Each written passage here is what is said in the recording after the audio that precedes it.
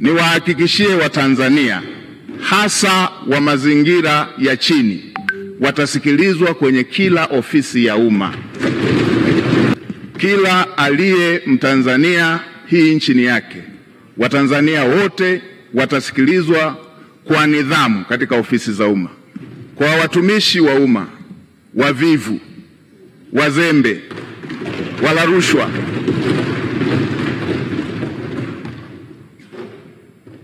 na wenye lugha mbaya kwa Watanzania, tuwe tayari. Nitakuja na fiekeo na rato. Mheshimiwa Spika,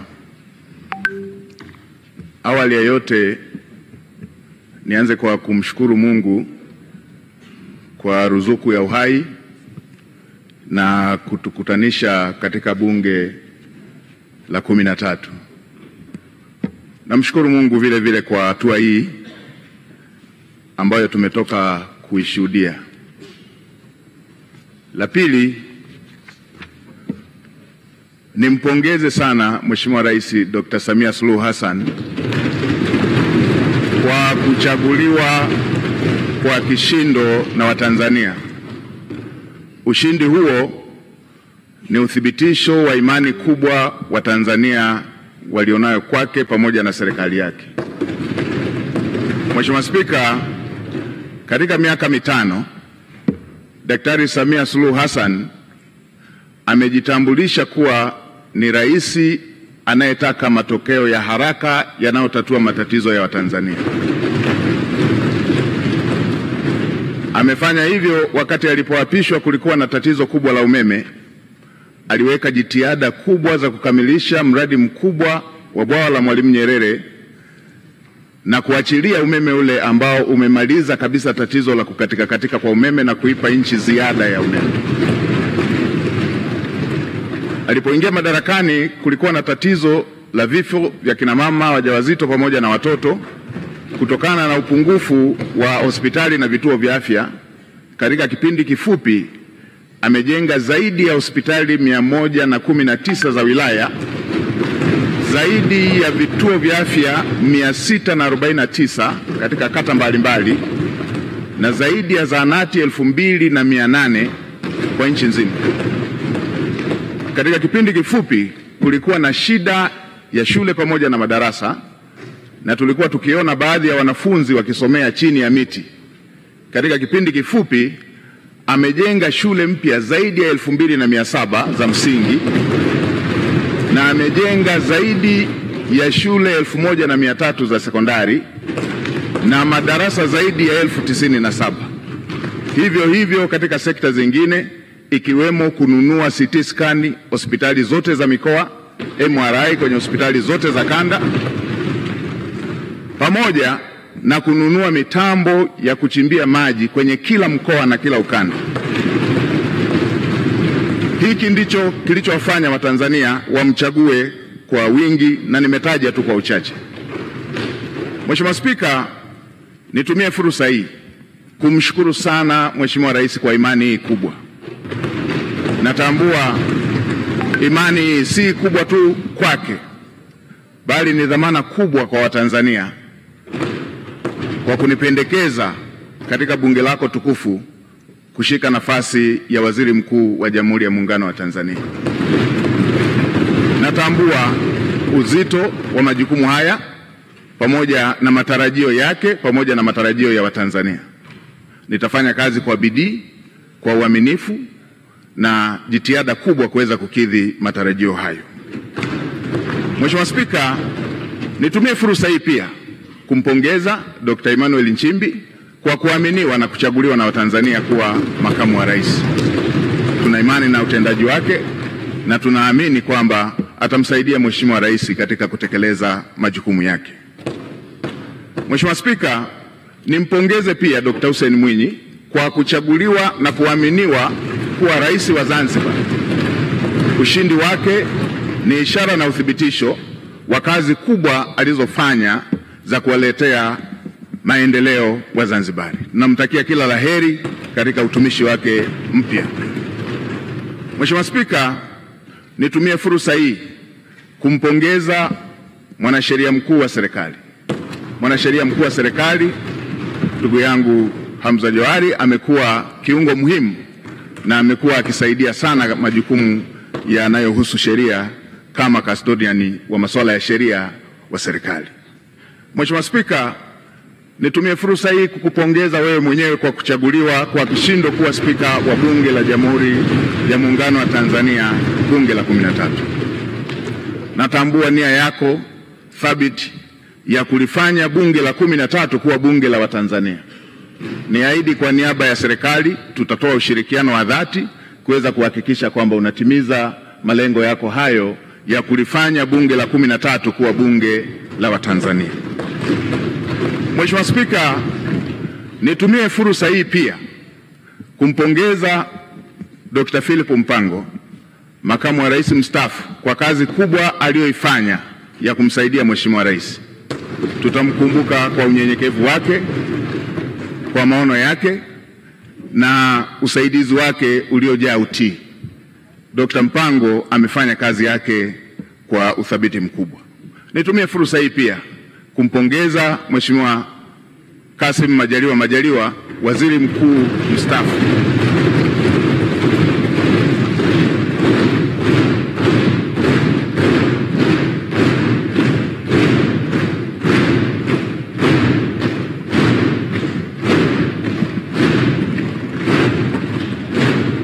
Nimpongeze Mheshimiwa Kassim Majaliwa, waziri mkuu mstaafu, kwa kazi kubwa aliyoifanya bila kuchoka ya ufuatiliaji wa miradi, ya ufuatiliaji wa shughuli za serikali, kwa unyenyekevu wake, kwa uadilifu wake na kazi kubwa ambayo amefanya kwa taifa letu. Naamini kila Mtanzania anatambua jitihada alizofanya katika kumsaidia Mheshimiwa Rais. Mheshimiwa Spika, baada ya maneno hayo ya utangulizi, niruhusu niseme nawashukuru sana waheshimiwa wabunge kwa imani hii kubwa mliofanya ya kuthibitisha jina langu. Asanteni sana. Mmenipa faraja na mmenipa deni kwa imani hiyo kubwa mlionipatia. Niwaahidi tutashirikiana nanyi, serikali itashirikiana nanyi, itapokea maoni yenu, itapokea hoja zenu, tutawasikiliza. Na Mheshimiwa Spika, niseme tutawasikiliza bila ubaguzi, hata walio wachache watakuwa na fursa sawa, kwa sababu bunge lako ni bunge moja. Mheshimiwa Spika, baada ya maneno hayo ya utangulizi, niseme tu tuko na kazi kubwa mbele yetu. Natambua ukubwa wa kazi iliyo mbele yetu.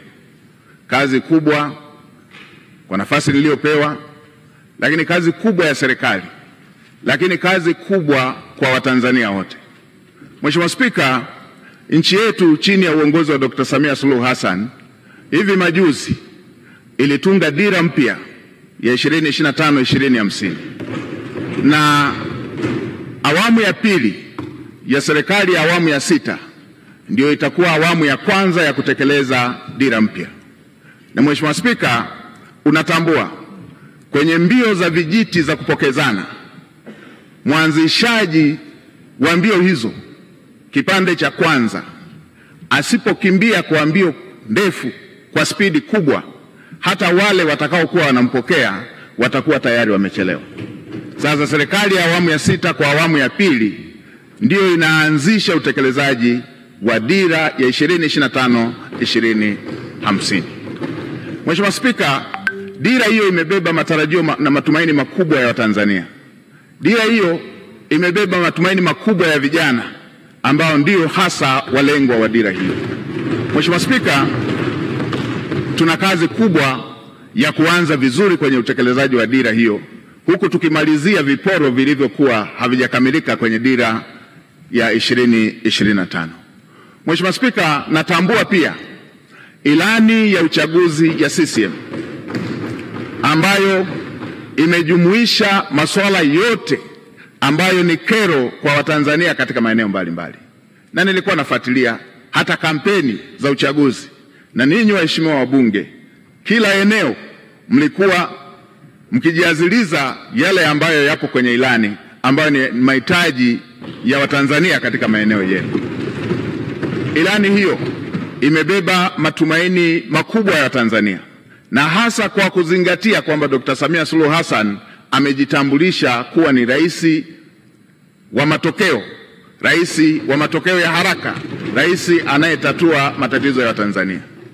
Kwenye maeneo ambayo amepokea vijiji vikiwa havijapata umeme, ndani ya muda mfupi alimalizia vijiji vyote vikapata umeme. Watanzania wanatarajia takriban vitongoji 28,000 ambavyo havijapata umeme sasa vikapata umeme. Hayo ni mambo makubwa ambayo yanasubiriwa na Watanzania katika kipindi hiki kinachofuata. Si hivyo tu, Mheshimiwa Rais ametoa ahadi kupitia ilani ya uchaguzi kushughulikia tatizo la ajira kwa vijana, takriban kutengeneza ajira zisizopungua milioni 8 kwa ajili ya vijana wa Kitanzania. Hii ni kazi kubwa ambayo tutafanyia uratibu, usimamizi kuweza kuhakikisha kwamba ndoto ya Mheshimiwa Rais ya Watanzania wa vijana wetu kupata ajira inatimia. Tutaratibu mpango mkakati ndani ya serikali na kushirikisha sekta binafsi kuweza kuhakikisha kwamba dira hiyo ya Mheshimiwa Rais ya kutengeneza ajira zisizopungua milioni 8 inakwenda kutimia. Mheshimiwa Spika, pamoja na Tanzania kuwa nchi tajiri, bado tuna asilimia isiyopungua 8 ya Watanzania, asilimia 8 ya Watanzania wanaoishi katika umaskini wa kupindukia. Tuna takribani asilimia 26 ya Watanzania wanaoishi kwenye umaskini wa kipato. Niwakumbushe Watanzania, mimi umaskini wa Watanzania sijausoma kwenye kitabu, nimeuishi. Na Mheshimiwa Spika, katika maisha yangu haya, katika umri wangu huu, miaka takribani 32 nimeishi katika maisha hayo ya umaskini. Nimeishi katika maisha ambayo, kwa wale wanaokumbuka, kule vijijini mama zetu, dada zetu wakivaa gauni huwa wanajifunga nguo kiunoni. Ile nguo anayojifunga dada yangu, ile nguo anayojifunga shemeji yangu ndio ilikuwa nguo yangu ya kujifunika. Kwa hiyo kabla hajamaliza shughuli zake za kila siku, silali mpaka akalale ili nipate shuka ya kujifunika. Na asubuhi kabla hajaanza kazi lazima niamke ili ile nguo niliyojifunika ndio yeye iwe nguo ya kujifunga ili aweze kuanza majukumu yake. Ninatambua mazingira ya kulala, unaenda kuchunga, ukirudi nyumba nzima inavuja, na utakapolala inabidi ujifunike ile ngozi ili matone yale yanayoendelea kuvuja angalau yatue kwenye ngozi. Na yatambua maisha hayo. Natambua mnaenda kula pamoja na watoto wote rika mbalimbali, mko takriban 20 kwenye chungu kimoja cha mboga, chungu kimoja cha sahani moja ya ugali. Inabidi utangulize kuanza kula ugali mwingine bila mboga, kwa sababu ukisubiria mikono ya kwenye mboga iishe ndio na chakula kitakuwa kimeisha.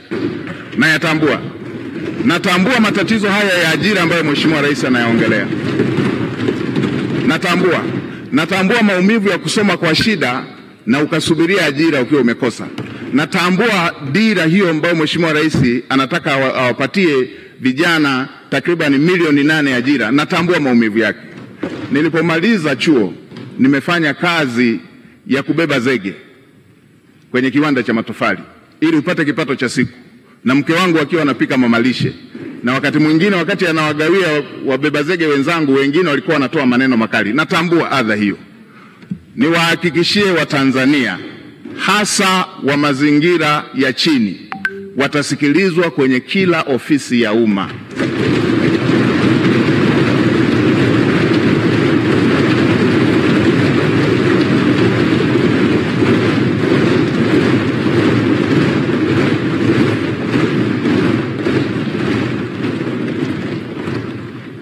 Kila aliye Mtanzania, hii nchi ni yake.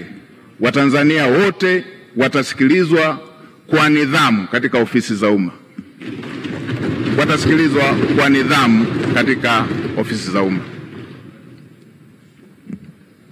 Watanzania watafikisha kero zao na watumishi wa umma watakwenda kwenye makazi, kwenye maeneo ya Watanzania kutatua kero za Watanzania.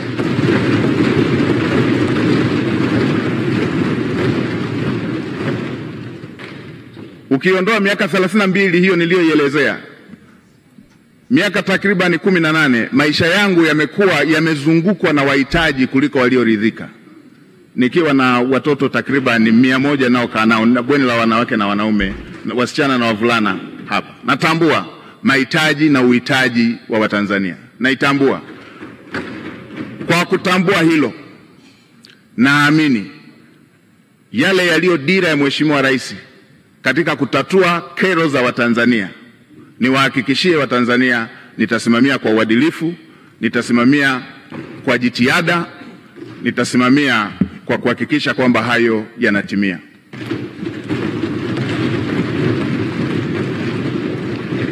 Kwa kuzingatia kazi kubwa hiyo iliyoko mbele yetu niliyoisema, kwa kuzingatia kazi kubwa iliyoko mbele yetu niliyoisema, watumishi wa umma na Watanzania sote tuwe tayari. Lazima tuende kwa gia ya kupandia mlima.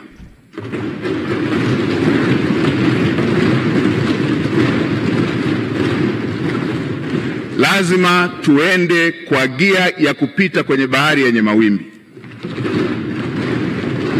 Lazima tuende kwa gia ya kupita kwenye anga lenye mawingu. Lazima chombo kifike salama na watu wake wakiwa salama. Kwa watumishi wa umma wavivu, wazembe, wala rushwa,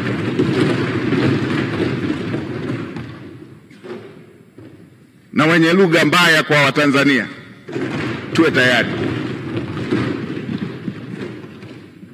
Wavivu wote, wazembe wote ndani ya ofisi za umma,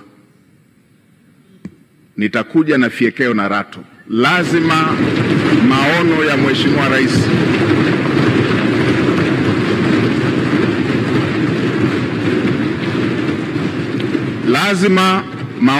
Mheshimiwa Rais, ahadi ambazo Mheshimiwa Rais amewaahidi Watanzania lazima zitekelezwe. Mheshimiwa Spika, katika kumalizia, nitoe rai kwa Watanzania wote.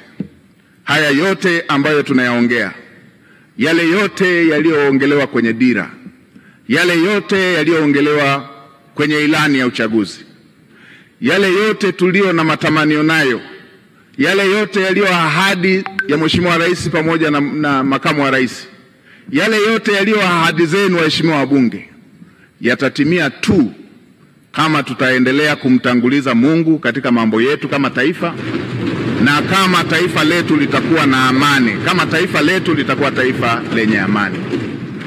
Yatatimia tu kama tutaendelea kumtanguliza Mungu katika mambo yetu kama taifa, na kama taifa lina hali ya amani.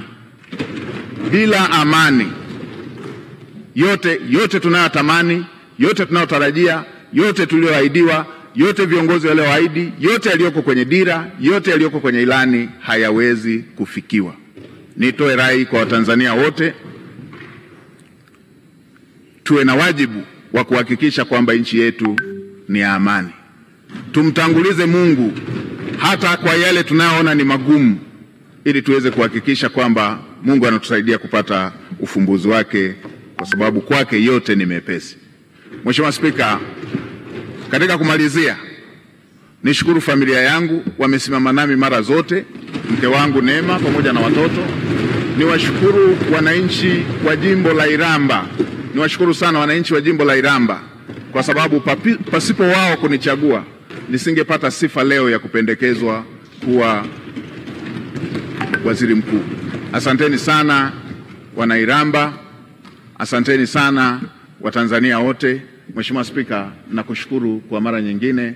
Asante sana kwa kunipa nafasi.